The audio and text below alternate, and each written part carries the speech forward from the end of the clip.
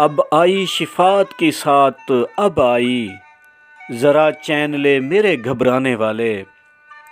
رضا نفس دشمن ہے داؤ میں نہ آنا، کہاں تم نے دیکھے ہیں چندرانے والے۔ یوٹیوب پروگرام روحی وٹری کے ساتھ آپ کا ساتھی، آپ کا میزبان ایاز صابر بلوچ آپ کی خدمت حاضر اور سلام عرض کرتا ہے، اس امید اور چاہت کے ساتھ کہ آپ جہاں ہوں گے خوش ہوں گے، شاد اور آباد ہوں گے۔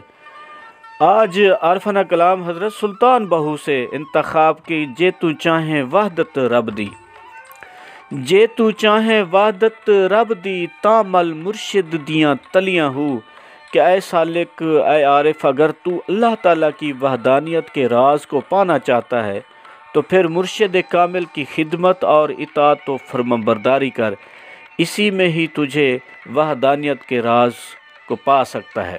مرشد لطفوں کرے نظارہ، گل تھیون سب کلیاں ہو کہ اگر مرشد مہربانی کی نظر سے دیکھ لے تو سب کلیاں پھول بن جائیں گی، لہٰذا مرشد کی نظر التفات سے ہی راہ معرفت حاصل ہو سکتی ہے اور تیری آرزو پوری ہو سکتی ہے۔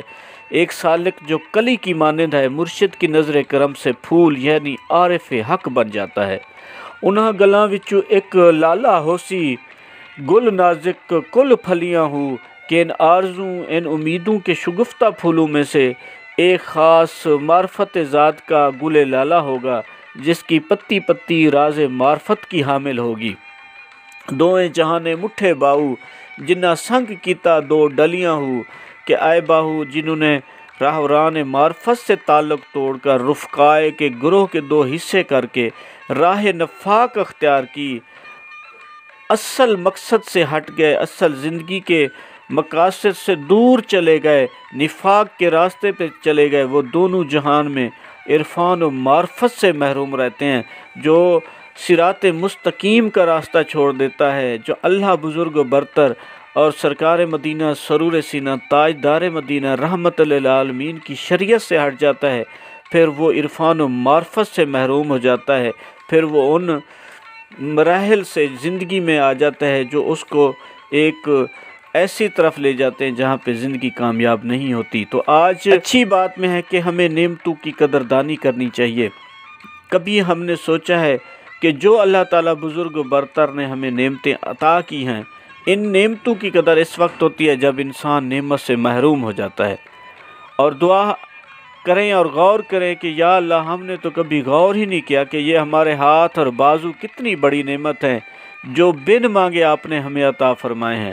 اگر کسی کو بیٹھے بیٹھے فالج ہو گیا تو پاؤں کام نہیں کرتا، ہاتھ کام نہیں کرتا، زبان کام نہیں کرتی، ان نعمتوں کی قدر کا احساس ہوتا ہے۔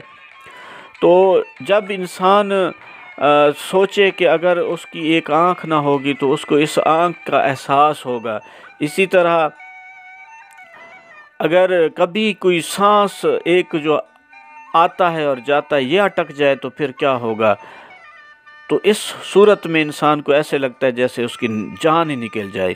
تو یا اللہ جب چاہے جس وقت چاہے آپ اپنی دی ہوئی نعمت واپس لے سکتے ہیں، تو دعا یہ کریں کہ اللہ تعالی ہمیں ان نعمتوں کی قدر کرنے کی توفیق عطا فرمائے۔ اللہ بزرگ و برتر کی ذات کتنی مہربان ہے کہ ہم جیسے بے قدروں کو آپ نے لاتعداد نعمتیں عطا فرمائی ہیں۔ اللہ اکبر کبیرہ۔ اس دعا کے ساتھ کہ اللہ تعالیٰ آپ کو مجھے صحت کاملہ، صحت کی بادشاہی اور ایمان کی سلامتی نصیب فرمائے۔ پاکستان پائندہ باد۔